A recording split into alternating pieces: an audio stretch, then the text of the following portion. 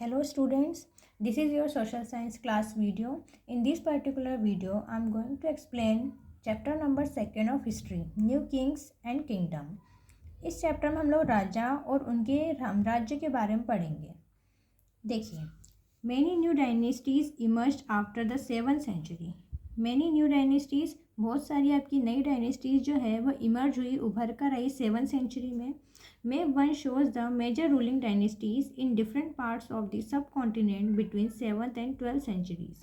मतलब 7th और 12th century के बीच में आपका जो इंडिया सब कॉन्टिनेंट था उसमें इंडिया के सब कॉन्टिनेंट के डिफरेंट पार्ट्स में मेजर रूलिंग डायनेस्टीज उभर कर आई। मतलब मैप 1 में हमको बताया गया है कि आपके यहाँ जो बहुत बड़े हिस्से में जो आपकी रूलिंग डायनेस्टीज आई थी इंडिया के डिफरेंट पार्ट्स में, वो आपको इस मैप में शो किया गया है।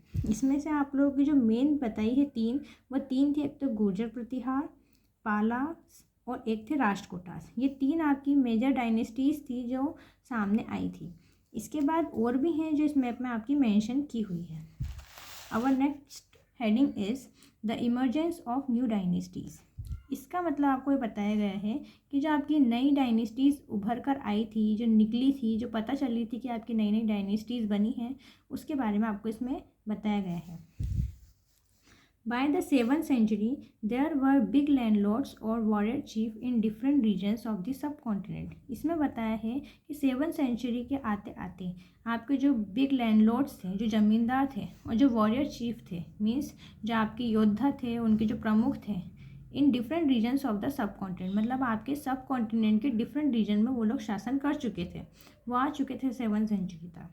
Existing kings often acknowledge them as their subordinates और सामंतस। और जो वहाँ पहले से ही जो किंग एग्जिस्ट कर रहे थे, मतलब जो किंग पहले से ही वहाँ मौजूद थे, उन लोगों ने ये एक्सेप्ट कर लिया था कि वो लोग क्या हैं, सबॉर्डिनेट्स और सामंतास हैं। उन्होंने खुद को सामंत और सबॉर्डिनेट एक्सेप्ट कर लिया था।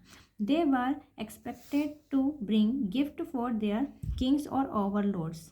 यहाँ बताया गया है कि ये जो आपके सामंत थे, सबऑर्डिनेट्स थे, ये जो इनके ऊपर जो लैंडलॉर्ड्स थे और जो वॉरियर थे, इनके लिए गिफ्ट लेकर जाते थे, क्योंकि ये इनके अंडर काम करते थे। तो ये अपने ओवरलॉर्ड्स और जो इनके जो किंग्स थे, इनके ऊपर काम करने वाले, उनके लिए गिफ्ट लेके जाते थे। Be present at there court, और ये उनकी कोर्ट में प्रेजेंट भी होते थे, मतलब उनके दरबार में प्रेजेंट होते थे। And provide them with military support, और यही जो सामंत थे ये उन राजाओं को, मीन्स ये जो आपके लैंडलॉर्ड्स थे और जो वॉरियर चीफ थे, इनको मिलिट्री सपोर्ट भी प्रोवाइड करते थे। उसके बाद आज samant gain power and wealth. जैसे ही आपके सामंत को पावर और वेल्थ मिली, they declare themselves to be mahasamant and mahamandaleshwar the great lord of circle or region. यहाँ बताया है कि जैसे सामंत को पावर और वेल्थ मिली, उन्होंने खुद को क्या डिक्लेयर किया, उन्होंने खुद को डिक्लेयर कर लिया महासामंत और महामंडलेश्वर। उन्होंने बोला कि हम खुद का एक रीजन लेंगे और उस पर हम खुद शासन करेंगे। Sometime they asserted their independence from their overlord. ये जो लैंडलॉर्ड्स थे और जो वॉरियर चीफ थे, वो चाह रहे थे कि इनसे इंडिपेंडेंट हो जाए, मीन्स ये इनसे आज़ादी चाहते थे, और उन्होंने कई बार ऐसा किया भी सही। वो खुद इनसे क्या हो गए, लैंडलॉर्ड से और जो वॉरियर चीफ थे, इनके अंडर काम ना करके इनसे अलग हो गए। इसके बाद बताया है नेक्स्ट आपको कि इसमें आपको एक एग्जाम्पल दिया है। क्या दिया है, राष्ट्रकूटास के बारे में बताया है। जैसे कि दक्कन में आपका राष्ट्रकूटास थे, ठीक है। ये जो राष्ट्रकूटास थे वो सबऑर्डिनेट्स थे आपके चालुक्यास ऑफ कर्नाटका। मतलब जो चालुक्यास थे वो कर्नाटका पर शासन करते थे, ठीक है।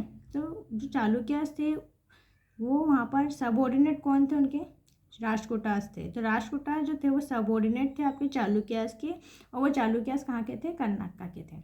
इसके बाद बताया कि मिड 8th सेंचुरी में क्या होता है, बीच में आपके एक दांती दुर्ग नाम का एक व्यक्ति रहता है जो कि राष्ट्रकूटास का चीफ रहता है। वो चालुक्यास के ऊपर शासन कर लेता है, मतलब चालुक्यास के ऊपर वो लोग शासन कर लेते हैं। उसके बाद फिर वो वहाँ पर एक रिचुअल परफॉर्म करते हैं, ठीक है। Perform a ritual called Hiranyagarbha. यहाँ बताया है कि वो एक पूजा पाठ करवाते हैं, एक रिचुअल परफॉर्म करवाते हैं जिसको बोलते हैं हिरण्यगर्भा।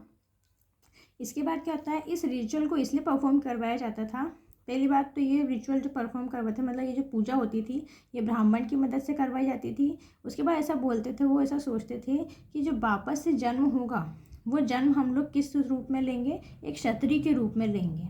भले ही हम ब्राह्मण होंगे पर हमारा जो दूसरा जन्म होगा हम उस जन्म में क्या रहेंगे, क्षत्रिय रहेंगे। ऐसा इनका मानना था, इसलिए वो ये रिचुअल करवाते थे हिरण्यगर्भा। इसके बाद नेक्स्ट आपको पैराग्राफ में बताया कि कुछ केसेस में ऐसा भी रहता था, man from enterprising families use the military skills to carve out kingdoms. उसके बाद इन साम्राज्यों पर शासन करने के लिए कुछ जो इंसान थे आपके, जो कुछ लोग थे, वो क्या करते थे, अपनी मिलिट्री स्किल्स को यूज़ करते थे। ठीक है, मिलिट्री स्किल्स उन लोगों के पास थी सही, उन स्किल्स का यूज़ करके भी उस किंगडम पर वो शासन कर लेते थे। फॉर इंस्टेंस आपको यहाँ पर पता है, एक तो कदंब मयूर शर्मन एंड एक है आपका गुर्जर प्रतिहार हरिश्चंद्र, वो दोनों क्या थे, ब्राह्मण थे। एक तो मयूर शर्मन और एक आपके गुर्जर प्रतिहार के हरिश्चंद्र, ये दोनों ब्राह्मण थे जिन्होंने क्या किया, अपना ट्रेडिशनल प्रोफेशन छोड़ दिया और टुक टू आर्म्स, और उन्होंने आर्म्स अपने हाथ में ले ली, मतलब जो हथियार थे उनके पास वो हथियार हाथ में ले लिए, वो क्षत्रिय बन गए थे, ब्राह्मण को छोड़ के वो क्षत्रिय बने। और उन्होंने फिर क्या किया, सक्सेसफुली स्टैब्लिशिंग किंगडम, और उन्होंने अपना किंगडम स्टैब्लिश कर लिया कर्नाटका और राजस्थान में। तो I hope you all understand. Thank you so much.